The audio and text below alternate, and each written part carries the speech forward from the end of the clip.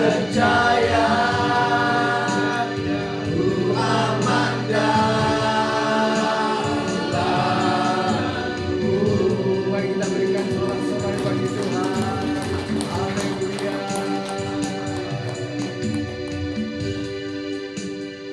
Itulah keyakinan dan iman percaya kami, bahwa kami aman berada dalam tangan-Mu Tuhan. Untuk itu kami tidak perlu khawatir dan kita tidak perlu takut, karena Engkau adalah Tuhan dan Allah kami yang hidup, yang sudah mengalahkan maut dan berkuasa atas bumi dan surga. Terima kasih untuk waktu dan kesempatan yang Kau berikan pada kami. Kami boleh bermuji dan memuliakan nama-Mu, menaikkan segala pujian syukur, karena kami tahu hanya Engkau saja yang layak menerima segala pujian, hormat, dan syukur kami. Sebentar kami mau duduk diam di bawah kaki-Mu. Kuasai pikiran, hati, dan segenap kehidupan kami, konsentrasi kami, supaya kami semua terfokus kepada pemberitaan firman-Mu Tuhan. Urapan Roh Kudus tercurah atas kami semua yang hadir tanpa terkecuali Tuhan. Istimewa hamba-Mu yang menyampaikan firman-Mu, ialah melalui kuat kuasa pertolongan kuasa urapan Roh Kudus-Mu yang baru membuat hamba-Mu yang terbatas ini cakap dan sanggup untuk menyampaikan apa yang menjadi isi hati-Mu. Kami yang datang dengan kelemahan, kami yakin dan percaya kami akan dikuatkan. Kami yang datang dengan susah akan dihiburkan. Kami yang datang dengan sakit penyakit akan disembuhkan. Kami yang mengalami kebutuhan, masalah, kesulitan, pergumulan akan diberikan jalan keluar, solusi, kemenangan, kemerdekaan di dalam nama Yesus. Terima kasih Tuhan. Beracara di tengah-tengah kami, biarlah Roh Kudus-Mu bekerja menyatakan kehendak-Mu. Dan biarlah dari semua ini hanya nama Engkau yang ditinggikan, dipuji, dan dimuliakan. Dalam nama Yesus kami berdoa dan mengucap syukur. Terpujilah nama-Mu sampai selama-lamanya. Haleluya. Yang siap menyambut berkat firman Tuhan, mari sama-sama kita katakan amin. Haleluya. Silakan duduk.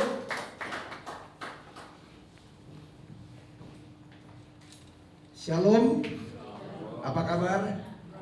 Puji Tuhan, luar biasa. Aduh, satu sukacita yang besar kalau saya boleh ada di tempat ini. Saya merasa dalam keluarga sendiri ya. Terima kasih Pak Kurniawan sudah mengundang saya. Kalau orang dunia kan bilang tak kenal maka tak sayang. Tapi kalau sebagai orang percaya enggak boleh bilang begitu.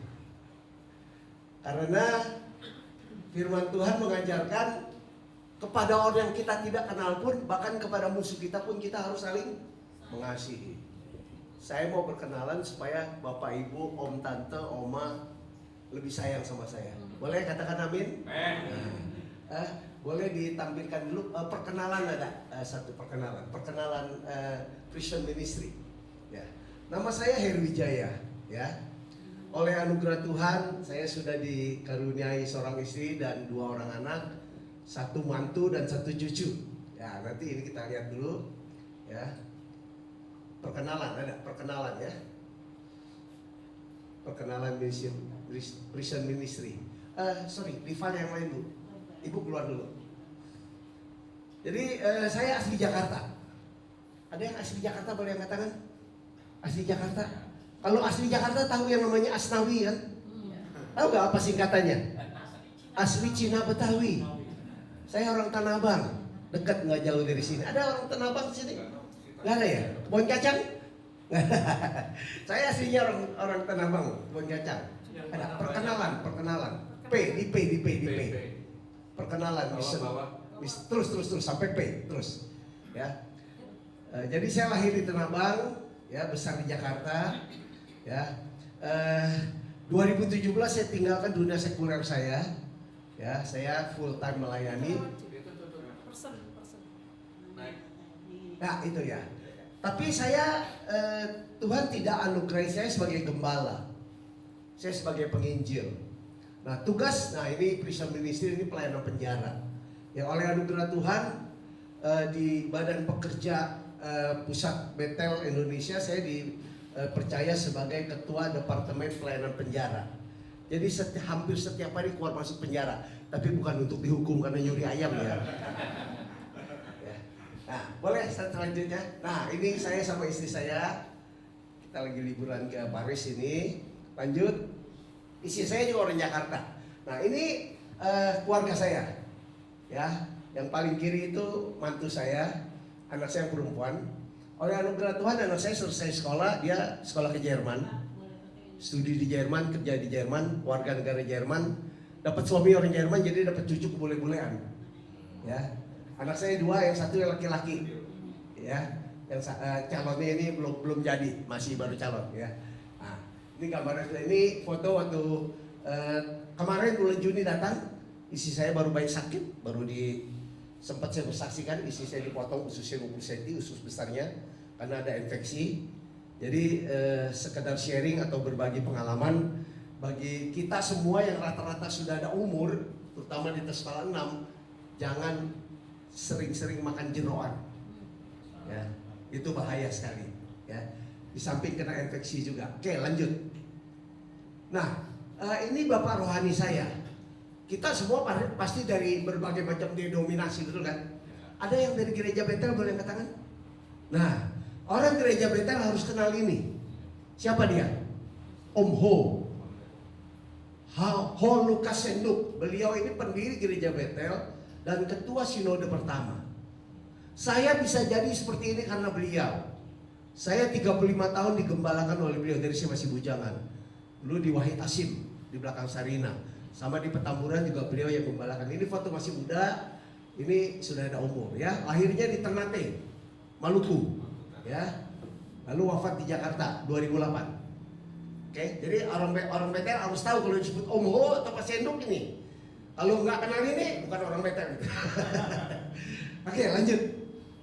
Nah, ini pelayanan saya waktu di penjara itu sebelah kanan pada waktu COVID kami berikan makanan untuk penjara di rumah tahanan Polres Jakarta Pusat yang tadinya di Kemayoran pindah ke yang tadinya di Keramat pindah ke Kemayoran.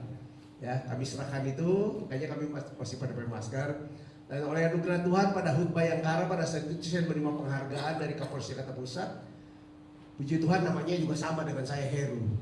Ya, oke, lanjut. Nah, ini pelayanan saya bersama istri dan tim di Lapas Semarang dan ini di Nusa Kambangan. Jadi Tuhan percayakan saya melayani lapas rutan di seluruh Jakarta, Bandung, Cirebon, Nusa Kambangan. Ini Nusa Kambangan ini, itu di Semarang. Ya, lanjut. Nah, ini di Gunung Sindur Bogor, lapas narkotik, dan ini di kelas 2 Bancoy, Bandung. Ada orang Bandung di sini? Ah, pasti tahu. Suka miskin juga saya layani juga ke sana. Lanjut. Nah, ini saya pada waktu bersama hambanya Bapak Pendeta Gilbert Limendong. Beliau pada waktu itu ketua 1 membawai Departemen Pekabaran Injil.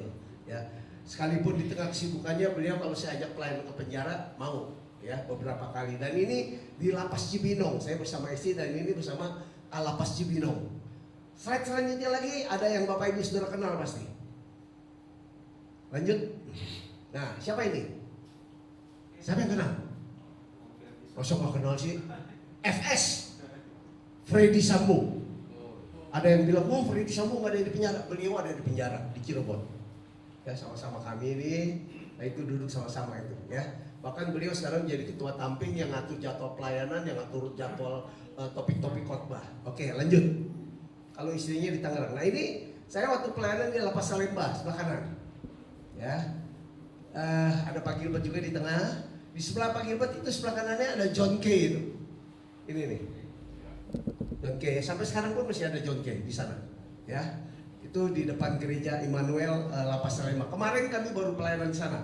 Besok kami pelayanan di Lapas Narkotik Cipinang. Ini bersama Bapak Pendeta Gilbert waktu promosi sebagai doktor teologi di Seminari Petamburan. Lanjut. Nah, ini komunitas kami. Komunitas kami namanya Yabes. Yayasan Berkat Efesus Sejahtera. Dari semua orang ini hanya 6 yang bukan napi, yang lain napi semua, yang sudah bertobat. Tepuk tangan dong buat Tuhan. Saya nggak kenal sama mereka, Tuhan kirimkan satu-satu. Ya, walaupun sekarang mereka sudah tidak bergabung dengan kami. Ya, nah biasalah kalau anak muda terlalu kreatif, jadi mau di sini, mau di sini, mau di sini. Oh, silakan, yang penting kamu masih dalam Tuhan. Ya, karena pelayanan dengan kami pun volunteer, nggak dapat apa-apa. Dapat upahnya cuma dari Tuhan. Ya. Nah, jadi kalau Bapak Ibu yang ada yang pernah ikut pelayanan ke penjara, Bung? Pernah? Nah, tahu kan di penjara dapat apa? Dapat keringat doang kan? Pengorbanan, waktu, tenaga, materi, dan yang lainnya. Ya. Tapi kita yang paling penting dapat sukacita dan damai sejahtera dari surga. Orang nggak percaya kalau saya bilang umur saya 66. Saya masih energik. Jakarta, Surabaya, saya masih bawa mobil sendiri pulang pergi. Jakarta, Bandung, berangkat pagi pulang malam. Jakarta, Cirebon, pelayanan, berangkat pagi pulang malam. Harus tetap semangat. Semangat dan sehat itu harus diupayakan. Amin. Jangan, mohon maaf, kalau boleh saya kasih presetan gini. Umur 46 nggak semangat, kelihatannya seperti 64. Tapi kalau umur 64 semangat, kelihatannya seperti 46. Ya, oke, lanjut. Ini dulu kami setiap hari Sabtu bikin persekutuan doa. Jadi mereka yang belum bisa berdoa, kami ajari berdoa. Mereka belum bisa pimpin pujian, kami ajari pimpin pujian. Mereka belum bisa bawa renungan, kami ajari bawa renungan. Jadi sekarang mereka udah siap untuk pelayanan ke penjara. Ya, ini orang Aceh, kenal Tuhan di penjara. Ini orang Islam, Jawa. Ada lagi yang lain-lain yang latar belakang Muslim ada. Ini mantan hakim tipikor, kena KPK 10 tahun, nangkap. Marga Marpaung. Ya, jadi banyak. Yang bukan ini, saya, istri saya, ini bukan napi, ini bukan napi, ini bukan napi, sama satu lagi ini bukan napi. Ini semuanya mantan napi semua. Ya, oke, lanjut. Nah, ini teman kami waktu pelayanan di Salemba dan di Lapas Tangerang. Oke, itu sekilas perkenalan saya. Jadi kalau nanti ada yang mau tanya-tanya lebih lanjut setelah ibadah, ya, oke. Saya berharap perkenalan saya ini bisa membuat tali persaudaraan kita semakin erat. Itulah yang tadi saya bilang, kalau orang percaya nggak boleh bilang kalau tak kenal maka tak sayang. Tidak ada bukunya sebagai orang Kristen harus ngomong gitu. Firman Tuhan mengajarkan bahwa kita harus saling mengasihi, termasuk juga kepada musuh kita, yang ngejelekin kita, yang jolimi kita, yang nipu kita, yang bikin jengkel kita, yang bikin keki kita. Betul? Semangat kan nih? Oke, nah sekarang temanya boleh dibaca, hidup. Lalu hidup. Kenapa mesti hidup berkualitas? Kenapa bukan sukses, Pak? Menurut pengamatan saya, kalau sukses itu biasanya hanya untuk diri sendiri atau hanya untuk orang-orang terdekat. Setuju nggak? Ya kan? Orang sukses itu belum tentu bisa mengimpartasikan kesuksesannya dan bisa dinikmati oleh orang lain. Paling-paling hanya keluarga. Tapi kalau orang berkualitas, dimanapun dia dipercayakan, ditempatkan, pasti hidupnya berdampak. Yang percaya katakan amin. Saya percaya di sini om, tante, oma, opa, bapak, ibu semuanya adalah orang yang berkualitas. Tepuk tangan buat Tuhan. Ya. Terbukti kan pasti om, tante, oma, opa sudah punya anak, punya mantu, punya cucu, dan sudah ada regenerasi. Mungkin cucunya, anaknya sudah ada yang berhasil, betul? Itu namanya berkualitas. Di balik keberhasilan seseorang, apalagi anak dan cucu, sudah tentu ada peran serta dari orang tua, dari oma dan opa. Ya. Nah, sekarang siapa yang mau lebih berkualitas lagi? Angkat tangan. Yang nggak angkat tangan mau ngapain? Jangan bilang, saya udah ada umur, mana bisa berkualitas. Dalam ladang Tuhan tidak ada kata pensiun. Selama kaki masih berjalan, mulut masih bisa bicara, tangan masih bisa gerak, kita harus pergunakan kesempatan. Lagunya ada, hidup ini adalah kesempatan. Kalau bapak ibu nggak mau pergunakan kesempatan, lo ngapain? Ya, kami pelayanan penjara sebulan 15 kali itu. Kemarin kami dari Cipinang, besok ini ke lapas narkotik. Hari Senin ke Tangerang kalau nggak salah. Rabu ke Rutan Jambe di Tiga Raksa Belaraja. Ya, hari Jumat ke Lapas Bola Kapal Bekasi Timur. Jadi rutin. Dan itu Tuhan memberikan kerinduan pada kami.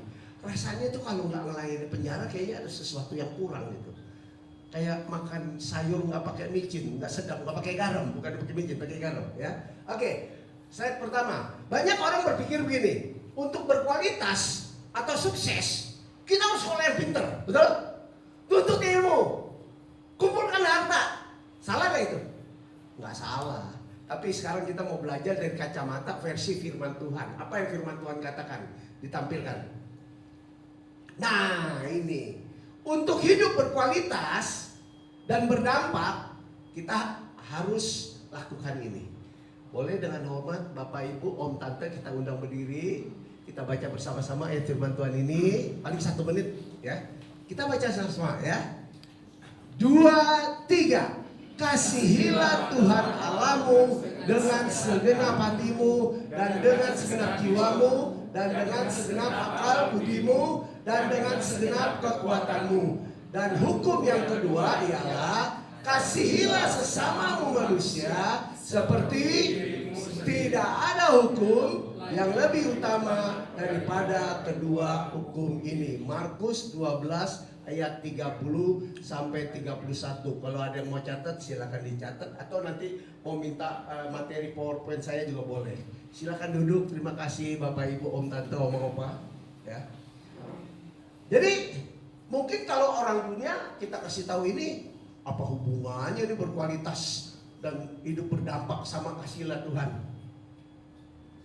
Yakin nggak kita sebagai orang percaya, di tengah kesuksesan, keberhasilan yang kita peroleh, itu ada peran serta Tuhan? Yang percaya katakan amin. Amin. Firman Tuhan mengatakan kekayaan yang kamu miliki itu tidak sekonyong-konyong karena jeripaya dan usaha keringat kita. Kalau bukan Tuhan yang memberkati, kita nggak bisa berhasil. Ya. Tapi mungkin ada orang yang kelihatannya kerjanya santai, tapi Tuhan berkenan atas usahanya dan memberkati, tapi dia lebih berhasil dari kita. Ya, tingkat keberhasilan orang berbeda, kita nggak boleh iri. Sama juga waktu kita sekolah, mungkin Pak Kurniawan dapat 9, saya dapat 6 ya, saya nggak boleh iri sama Pak Kurniawan. Supaya saya bisa dapat 9, apa yang harus saya lakukan? Belajar. Supaya dia dagangnya laku. Kita coba contoh, apa sih dia rahasianya? Oh, dia kalau melayani murah senyum. Selamat pagi Ibu, Bapak, Om, Tante. Ada yang bisa saya bantu? Atau ada konsumen datang, cari apa Pak? Mau beli apa Pak? Istilahnya sekarang jutek gitu kan, jutek kan. Kalau kita ramah, konsumen lebih welcome nggak? Ya kan? Konsumen lebih baik pelayanan yang ramah walaupun harga lebih mahal daripada harga murah tapi yang melayaninya jutek. Yang percaya katakan amin. Betul? Kita lebih baik mahal sedikit nggak apa-apa lah, 5.000, 10.000, tapi pelayanannya ramah. Belum beli juga udah siapin apa? Bu, Pak, minum dulu. Ya. Kurang lebih seperti itu. Jadi kita harus mengasihi Tuhan. Boleh slide selanjutnya, kita bahas satu-satu. Nah ya, saya mau ulangi lagi nih. Kasihilah Tuhan Allahmu dengan segenap hatimu, dengan segenap jiwamu, dengan segenap akal budimu, dengan segenap kekuatanmu. Ada berapa kali kata segenap? Tangan saya ada ini, nggak usah lihat jauh-jauh. Tangan saya ada berapa nih? 4. Kalau dikatakan segenap sampai 4 kali, berarti ini peringatan buat kita. Kita harus sungguh-sungguh mengasihi Tuhan. Ya, dikatakan apa? Segenap hati, sepenuh hati. Ya. Lalu segenap apa? Segenap jiwa, segenap akal budi, segenap kekuatan, segenap hati. Dengan kata lain, apapun yang kita lakukan, termasuk Bapak, Ibu, Om, Tante, Oma, dan Opa hari ini beribadah, itu semuanya hanya untuk Tuhan. Kolose 3 ayat 23 mengatakan, apapun yang engkau perbuat, perbuatlah dengan sepenuh hati seperti untuk Tuhan, bukan untuk Pak Kurniawan. Memang kita datang kemari ketemu Pak Kurniawan, tapi yang pertama kita mau ketemu siapa? Tuhan. Kalau motivasinya itu, wow, keren. Saya sering sampaikan juga begini. Coba paradigma sekarang kita mesti dirubah. Kebanyakan orang kalau orang percaya, saya nggak suka sebut orang Kristen, saya sebutnya orang percaya. Kalau orang percaya pasti melakukan firman Tuhan. Kalau orang Kristen modalnya cuma di KTP. Agama Kristen. Padahal singkatannya betul nggak? Kristen tanpa penyesalan, Kristen tanpa pertobatan, Kristen tanpa perubahan. Dari dulu sekarang sampai sekarang selama-lamanya tidak pernah berubah. Kan lagunya ada Pak, Tuhan Yesus tidak berubah. Yang tidak berubah baiknya, kasihnya. Kalau tidak ada penyesalan, tidak ada pertobatan, tidak ada perubahan, bisa berbuah nggak? Nggak bisa. Harus ada momen ini, nyesal, bertobat, berubah, baru bisa berbuah. Ya, saya sering sebut orang percaya lebih enak. Nah, dikatakan dengan segenap hatimu, berarti dengan sepenuh hati. Termasuk mungkin bapak ibu dapat tugas tadi, om tante om opa ada, omnya nggak ada ya tadi, om apa ya yang nyanyi itu, oh keren, tepuk tangan dong buat dia tadi nyanyi dong. Wih. Yang lebih muda bagaimana ini? Harus lebih semangat ya, harus lebih semangat. Jadi semuanya itu untuk hormat dan kemuliaan nama Tuhan. Yang kedua, segenap jiwa. Dengan kata lain, selama kita hidup ini, kita harus persembahkan waktu yang terbaik untuk Tuhan. Seperti sore hari ini, mungkin seusia-usia kita biasanya lagi enak-enaknya BBS nih ya, bobo-bobo sore kan. Tapi om, tante, oma, opa bisa berkorban untuk datang kemari. Tepuk tangan buat Tuhan. Tepuk tangan buat Tuhan. Ini gak sembarangan loh. Kalau orang yang gak sungguh-sungguh pasti, males tadi saya kurang tidur tadi malam. WA Pak Kurniawan, maaf ya hari ini saya absen. Biasanya orang kalau sekali absen mau 2 kali. Kalau sudah 2 kali mau 3 kali. Kalau sudah 3 kali kakinya itu seperti dipantek. Mau berangkat berat. Ya, jangan sampai diteleponin, ditengok, di WA, dibesuk. Atau jemput deh, kalau dijemput baru saya mau datang. Kalau orang model seperti itu, mohon maaf, itu namanya orang Kristen gerobak. Gerobak bisa bergerak kalau diapain? Ditarik atau didorong? Mohon maaf, di sini nggak ada. Tepuk tangan buat kita semua. Ya. Lalu dikatakan apa lagi? Segenap akal budi. Mungkin kita punya pengalaman, punya ilmu, punya keahlian. Tapi saya mau kasih tahu, kalau bukan Tuhan yang memberikan hikmat kepada kita, kita tidak mungkin bisa melakukan seperti itu. Macam-macam sama Tuhan disentil aja sikit, seperti layangan begini, nggak bisa lurus. Ya, segenap akal budi. Jadi kita pergunakan akal budi itu untuk hormatan kemuliaan Tuhan, untuk pelayanan, mungkin untuk masukan, kasih Pak Kurniawan. Tadi saya baru datang, udah sempat kasih masukan. Saya sering lihat YouTube sini, kok ada kaca. Ini dengan adanya kaca ini Bapak Ibu terganggu nih konsentrasi. Betul nggak? Apalagi kalau lihat pas belakang saya baju saya sobek, jadi ngeliatin kaca terus. Saya bilang sama Pak Kurniawan usul saya, ini kalau ibadah ditutup kain putih. Jadi nggak merusak pemandangan dan nggak mengganggu konsentrasi. Setuju? Oh gimana? Kain putihnya siapa siapin? Kita semua. Ya, tutup kain putih jadi nggak terganggu konsentrasinya nih ya. Lalu dikatakan apa lagi? Dengan segenap kekuatan. Selama kita masih kuat, layanilah Tuhan. Jangan, mohon maaf ya, di sini ada beberapa yang kondisi kakinya lemah, pakai kursi no problem. Memang itu sudah alami, kodrat. Kalau memang kita udah agak lanjut, firman Tuhan mengatakan tubuh jasmani semakin menurun. Tapi yang paling penting apa? Tubuh rohani kita harus meningkat. Jangan udah rohaninya, jasmaninya loyo, tapi rohaninya juga loyo. Orang yang sakit cepat sembuh karena faktor apa nomor 1? Ayo, Bapak Ibu tahu gak? Faktor apa? Semangat. Firman Tuhan mengatakan orang yang semangat dapat mengatasi segala pencobaan dan masalah dalam hidup ini. Udah deh, gue lemes deh, gue kalah deh, gue gak sanggup deh, gue gak bisa sembuh deh. Ya jadilah seperti imanmu. Itulah yang orang dunia bilang mulutmu adalah harimaumu. Kalau kita berkata positif jadinya apa? Positif. Kalau kita berkata negatif jadinya negatif. Saya kalau khotbah agak berapi-api. Yang kedua supaya Bapak Ibu, Om Tante, Om Opa nggak ngantuk. Kalau ada ngantuk angkat tangan, boleh interupsi. Pak, saya mau keluar sebentar Pak ya, cuci muka silakan, boleh. Jangan tidur mengganggu konsentrasi yang lain. Di penjara pun saya melakukan seperti itu. Ya, jadi kita manfaatkan hati kita, jiwa kita, akal budi kita, dan kekuatan kita hanya untuk Tuhan. Slide selanjutnya.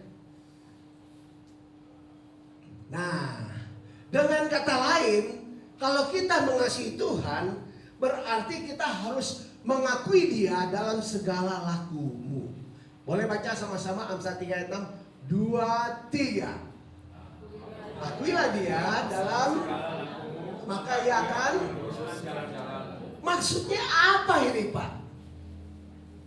Kan sudah jadi oma, sudah jadi opa, papa, mama, mertua, ya kan, kakak, adik. Apapun profesi kita, apapun yang kita lakukan, itu harus membawa nama Tuhan. Jangan bilang, kalau bukan gua, lu gak jadi orang lu. Itu dulu waktu belum kenal Tuhan, ya kan. Sekarang gak boleh begitu. Zamannya udah beda. Dan sekarang kan kita udah diperbarui, dipanggil, dipilih, dan menjadi ciptaan baru Tuhan kan, ya. Jadi apapun yang gitu, Bapak Ibu berdagang, lakukan seperti itu Tuhan. Saya kasih contoh. Misalkan saya dagang handphone inilah. Ya. Modal saya 5 juta. Modalnya berapa? 5 juta. Pak Kurniawan datang. Saya bilang 8 juta Pak. Ditawar 5 juta setengah sama Pak Kurniawan. Saya udah untung belum? Halo? Sudah untung belum? Berapa untungnya? 500 ribu. Saya nggak boleh bilang begini, belum dapat Pak, modalnya aja nggak dapat segitu. Padahal modalnya berapa? 5 juta. Kalau memang mau untungnya lebih gede, Pak belum dapat 5,5 Pak. Kalau Bapak mau 6 juta deh. Boleh nggak saya ngomong gitu? Boleh dong. Saya nggak berbohong kalau saya bilang modalnya aja nggak dapat 5 juta. Padahal modalnya aja nggak dapat 5,5. Padahal modalnya cuma 5 juta. Berarti saya berbohong. Terus apalagi kalau orang dagang berkaitan dengan ukuran timbangan. Kita nggak boleh curang juga. Dia beli sama kita 1 kilo, dibawa ke toko sebelah ternyata cuma 8 on. Banyak kan kejadian viral-viral seperti itu kan, ya.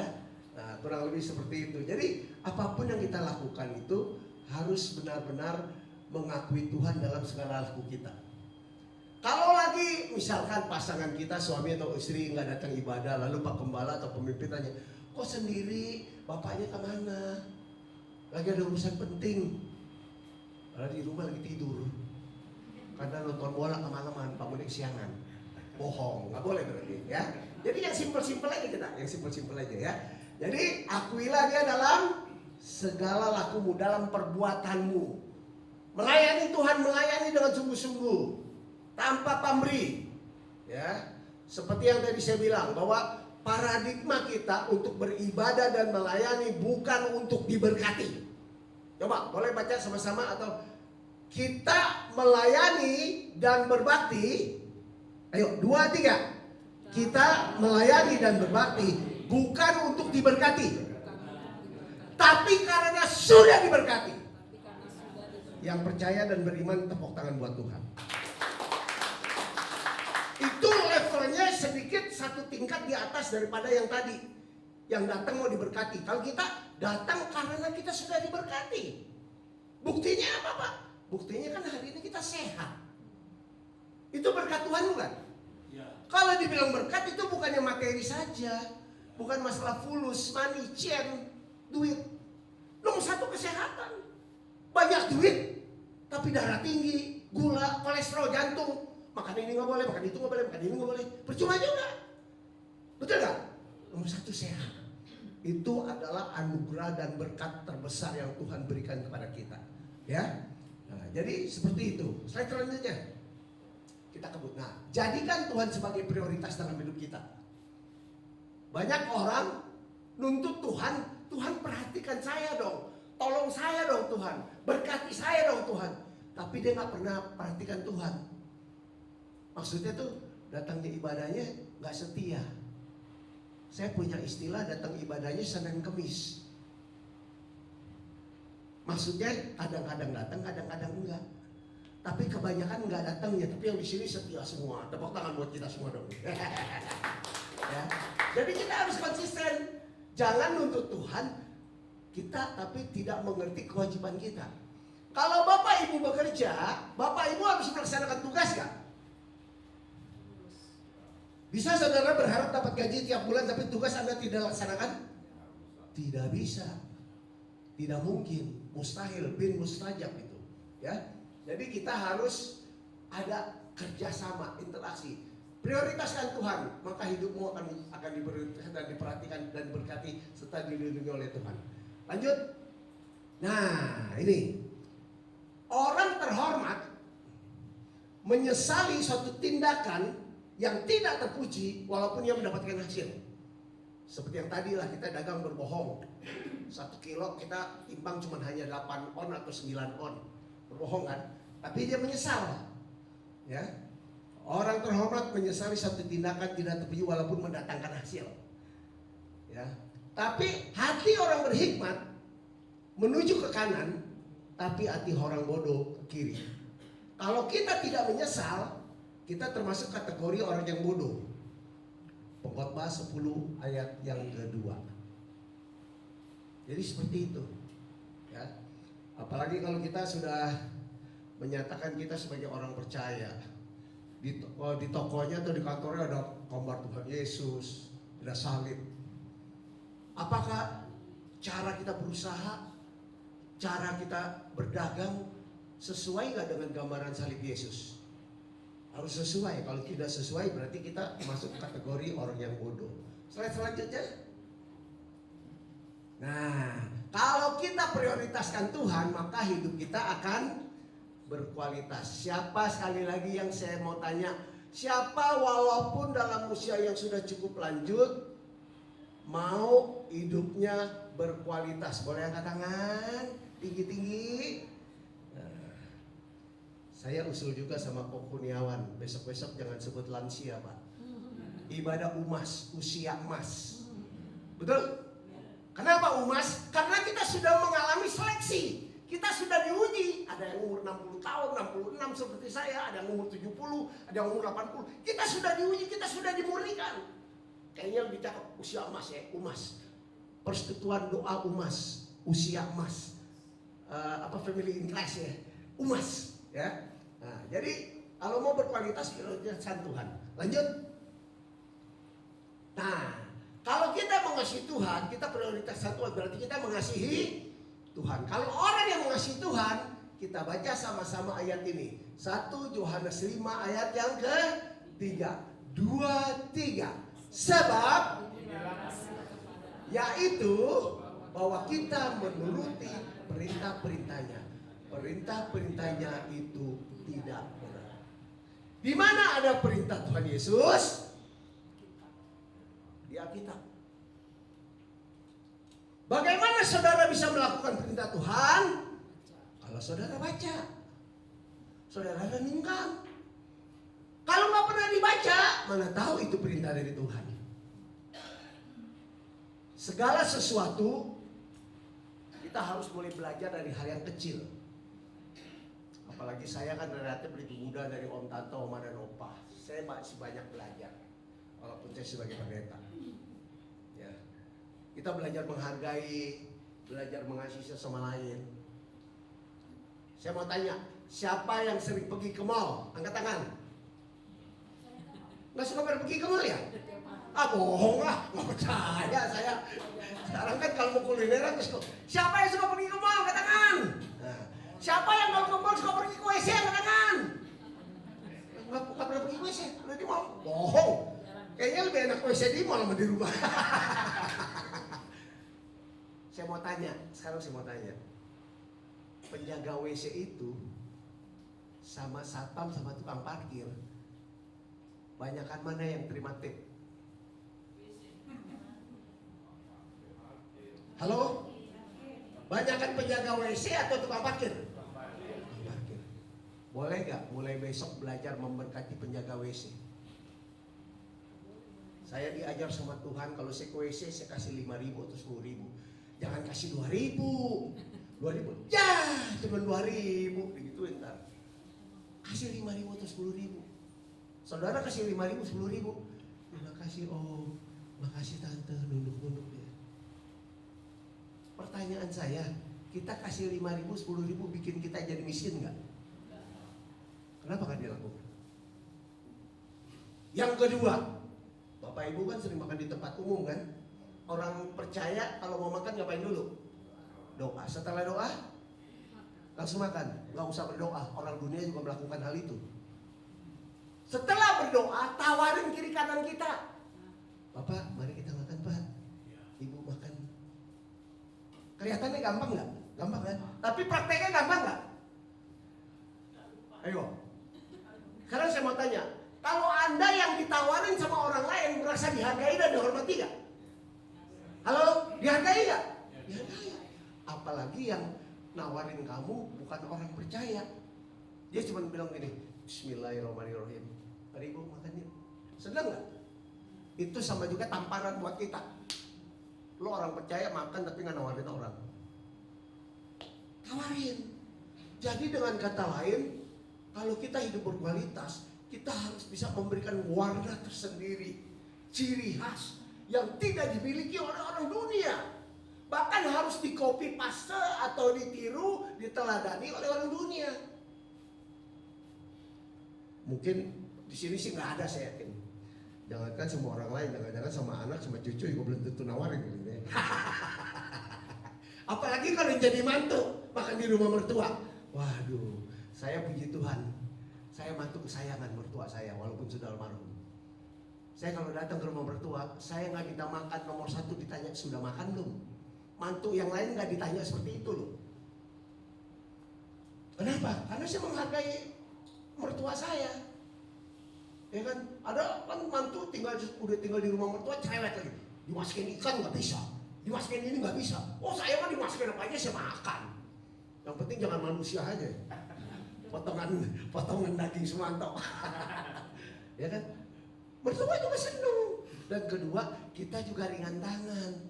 Kalau datang ke rumah mertua, bawalah martabak, kue, mie goreng, nasi goreng. Jadi kan ada timbal balik, setuju? Senang nggak kalau punya anak sama mantu seperti itu? Nah, tapi saya nggak bisa dikloning. Ya, jadi kalau bukti kita mengasihi Tuhan, kita harus menuruti perintah Tuhan.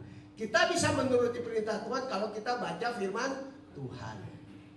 Yosua 1 ayat yang ke-8 mengatakan, janganlah lupa memperkatakan kitab Taurat atau firman Tuhan.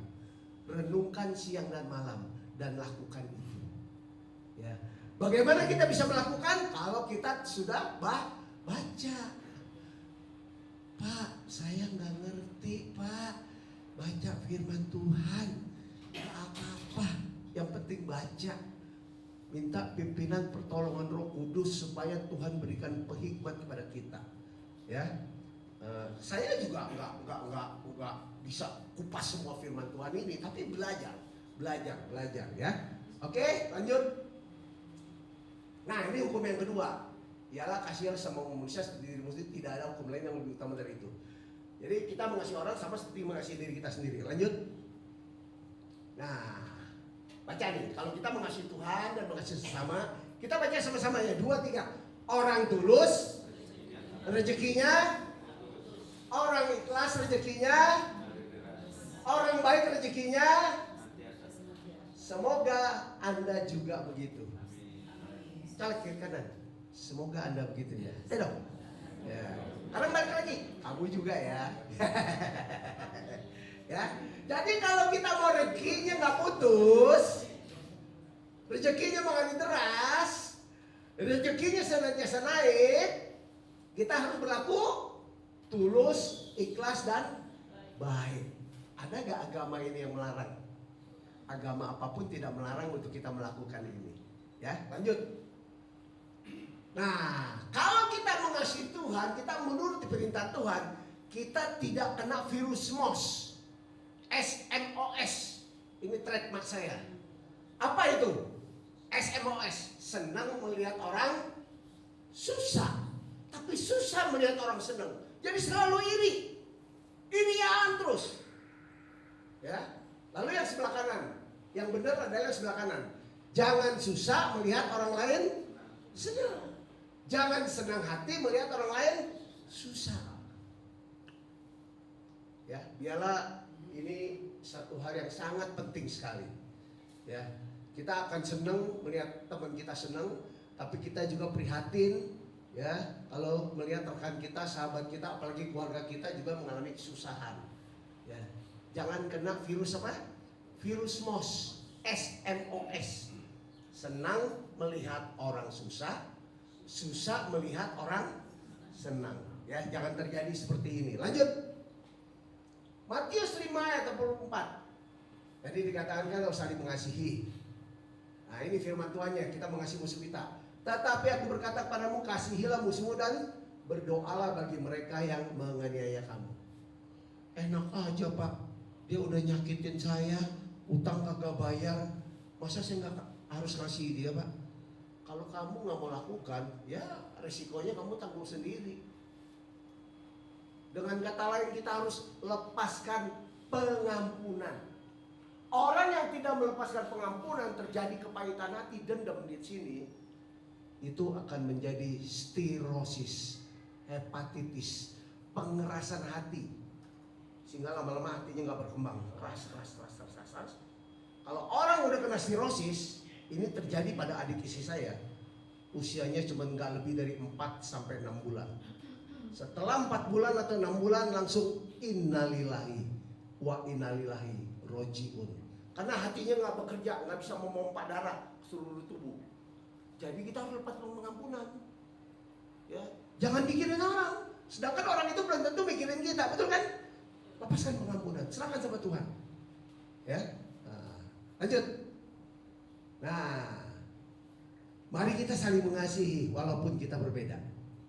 Salib itu sama juga lambang kasih. Saya yakin di sini Bapak Ibu pasti banyak yang pakai kalung salib, termasuk saya juga.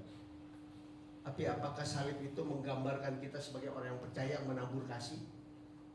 Jangan pikir, kita sudah diselamatkan, kita sudah diberkati, yang penting diri saya sama keluarga saya, orang lain sebutin. Kita diberkati untuk memberkati. Kita diselamatkan untuk juga menjadi penyalur berita keselamatan. Kita harus sampaikan masalah orang itu mau terima atau tidak, urusannya dengan Tuhan. Lanjut. Nah, ini 1 Korintus 13 ya. Ada 3 hal. Faith, iman, hope, harap, dan love. Ya, tapi yang terbesar itu adalah love. Saudara boleh punya iman, saudara boleh punya harap, tapi kalau saudara nggak punya kasih percuma.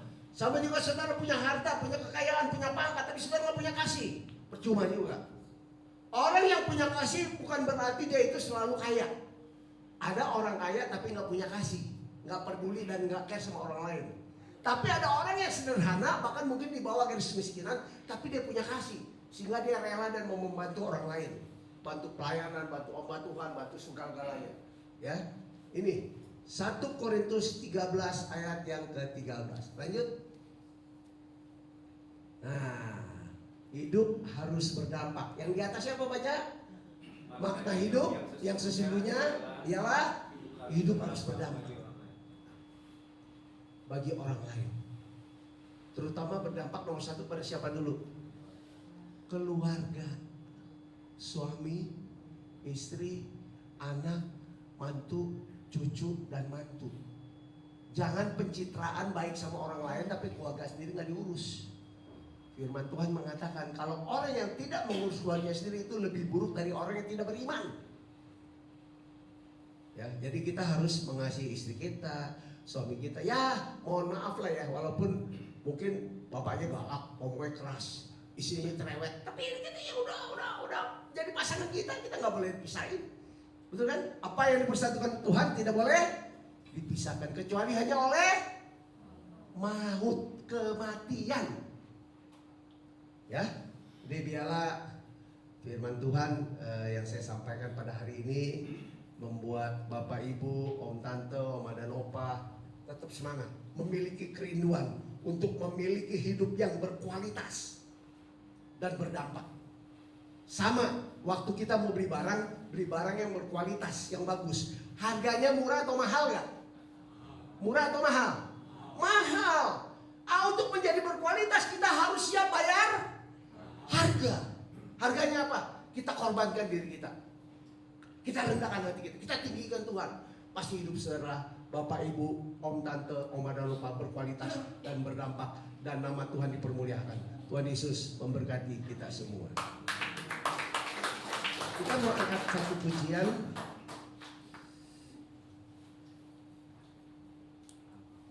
Yang terutama dalam hidup ini.